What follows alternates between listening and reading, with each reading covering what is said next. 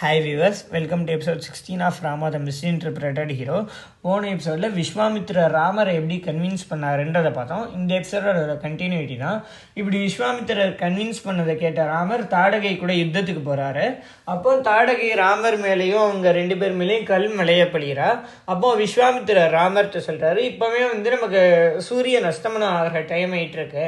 சூரிய அஸ்தமனம் ஆகிட்டு அதுக்கப்புறம் ராட்சசர்களுக்கு சக்தி அதிகமாயிரும்.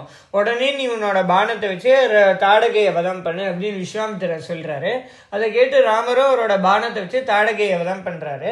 தாடகையை வதம் பண்ணிட்டு ராமர், லக்ஷ்மணன், விஸ்வாமித்திரர் 3 பேரும் காமாசிரமம் அப்படின்ற இடத்துக்கு போகிறாங்க.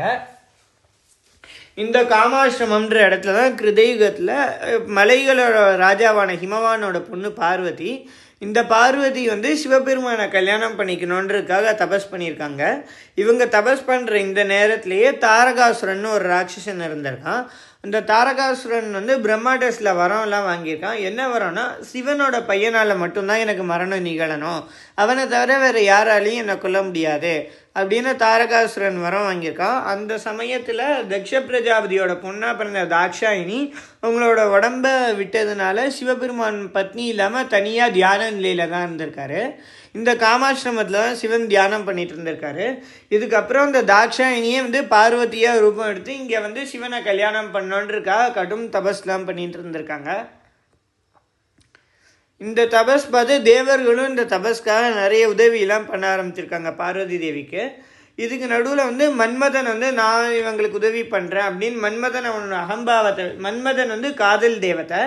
மன்மத பானம் யார் மேலே விடுறாங்களோ அந்த பானம் படுறவங்க எதிரில் இருக்க பெண் மேலேயோ இல்லை பையன் மேலேயோ காதல் வயப்படுவாங்க. அப்படி ஒரு சக்தி அந்த காம பானத்துக்கு இருக்கு. இந்த காமனோட கையில் எப்பவுமே கரும்பு வில்லும் புஷ்ப பானம்னு சொல்லுவாங்க, அதாவது மலரம்பு. கரும்பு வில்லும் மலரம்பும் வச்சுட்டு இந்த மன்மதன் எப்பவுமே இருப்பார். இந்த மன்மதன் என்ன முடிவு பண்ணார்னா, நான் என்னோட எல்லா மலரம்பையும் ஒரே நேரத்தில் விட போகிறேன். அதனால வசந்த காலம் வரும், அந்த நேரத்தில் அங்கே சிவனும் பார்வதியும் மட்டும்தான் இருப்பாங்க. அதனால சிவன் பார்வதி மேலே காதல் வயப்படுவார். அவரோட தவசை கலைச்சிட்டு சிவபார்வதி கல்யாணம் நடக்கும் அப்படின்னு மன்மதன் மனசில் நினச்சிட்டு துராசையோட சிவன் மேலே அந்த காமபானத்தை போடுறாரு. இதனால சிவனோட தபஸ் கலைஞ்சிருது. என் மேலே யார் பானம் போட்டது அப்படின்னு சிவன் அவரோட 2 கண் ப்ளஸ் 3வது கண்ணையும் திறந்து பார்க்குறாரு. அந்த நேரம் காமன் பஸ்மமாயிடுறாரு. இதனால இந்த உலகத்தில் ஆசை எதுவுமே இல்லாத ஒரு ஸ்திதிக்கு வந்துடுது. அப்போ தான் தேவர்கள்லாம் சிவன்கிட்ட பிரார்த்தனை பண்ணுறாங்க, காமன் இல்லைன்னா இந்த உலகத்தில் பாப்புலேஷன் இன்க்ரீஸ் ஆகாது, நீங்கள் காமனை திரும்ப உயிர்ப்பிக்கணும் அப்படின்னு சிவன்கிட்ட கேட்டதுக்கு சிவன் சொல்றாரு, என் நெற்றிக்கண்ணில் இருந்து பஸ்மமானவங்களை திரும்பி வர வைக்க முடியாது, வேணா இவன் உருவம் இல்லாமல் ரதி தேவியோட கண்ணுக்கு மட்டும் தெரிகிற மாதிரி ஒரு உருவத்தோட இருப்பான். துவாபர யுகத்துல இவன் கிருஷ்ணரோட பையனா அவதாரம் எடுத்து திரும்பவும் இவன் பழைய உருவத்துக்கு வருவான் அப்படின்னு சிவன் வரம் கொடுத்துட்டு அங்கே போயிடுறாரு. இந்த காமனை சிவன் பஸ்மம் பண்ணது ஒரு பால்குண மாசத்துல ஒரு பௌர்ணமி, அதாவது மாசி மாதம்னு சொல்லுவோம். நம்மளோட கேலண்டர் படி மாசி மாத பௌர்ணமியில் நம்ம என்ன அதிர்ஷ்டம்னா, நம்ம இந்த மாசி மாதம் பௌர்ணமி அன்னைக்கே இந்த எபிசோட் அப்லோட் பண்ணுறோம்.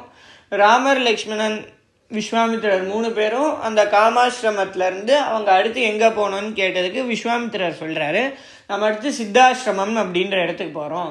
அந்த சித்தாசிரமம்ன்ற இடத்துல தான் நான் 7 நாள் தபஸோட யாகம்லாம் பண்ணிட்டுருக்கேன். இந்த யாகத்தில் தான் மாரீச்சன், சுபாகுன்ற இந்த ராட்சசர்கள் எங்கள் யாகம் பண்ணும்போது ரத்த மாமிசத்தை மேலே கொட்டுறாங்க. அதனால எங்களோட யாகம் ரொம்ப தடைப்படுது. உங்கள் 2 பேரையும் அந்த யாகம் நடக்கிற இடத்துக்கு தான் கூப்பிட்டு போகிறேன். நீங்கள் 2 பேரும் அங்கே எங்கள் யாகத்தை காப்பாற்றணுன்றது தான் உங்களோட பொறுப்பு அப்படின்னு விஸ்வாமித்திரர் சொல்கிறாரு.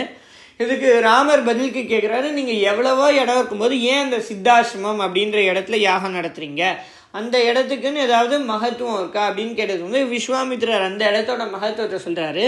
அது என்ன மகத்துவன்றது நம்ம அடுத்த எபிசோடில் பார்ப்போம். இந்த மாதிரி நிறைய வீடியோஸ்க்கு என் சேனலை லைக் பண்ணுங்கள், ஷேர் பண்ணுங்கள், சப்ஸ்கிரைப் பண்ணுங்கள். தேங்க்யூ.